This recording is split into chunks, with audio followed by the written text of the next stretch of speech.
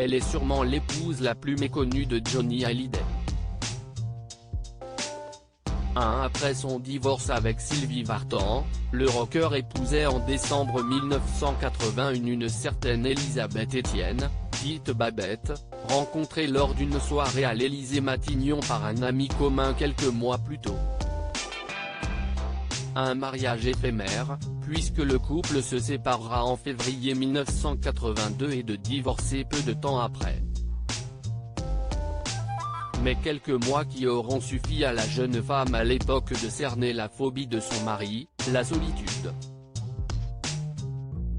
Une peur primaire de l'abandon qui ne l'a jamais quittée, souligne Babette Etienne dans une interview accordée à Closer, en kiosque vendredi 27 novembre, qui selon elle venait du fait d'avoir été ballottée dans sa jeunesse, et de se souvenir que cette peur prenait parfois le dessus en pleine nuit.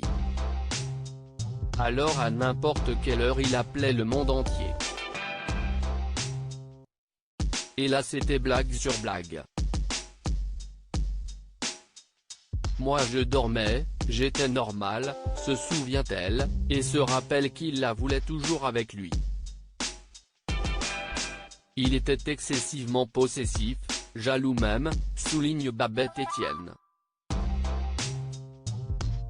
Babette Etienne s'est vue refuser une demande spéciale envers Johnny, mais malgré une tendre complicité et une amitié qui s'est poursuivie jusqu'au mariage de Johnny Hallyday avec Laetitia, Babette Etienne n'a pas pu faire ses adieux à son ex-mari le jour de ses obsèques.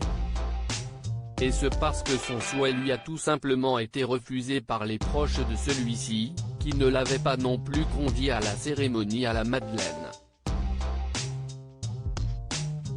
J'ai demandé à son entourage mais personne ne m'a répondu.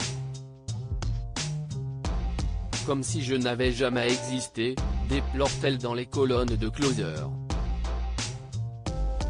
Un coup dur pour elle, qui avait été brutalement quittée en 1982 par Johnny Hallyday, alors qu'il venait de rencontrer Nathalie Baye dans une émission de télévision.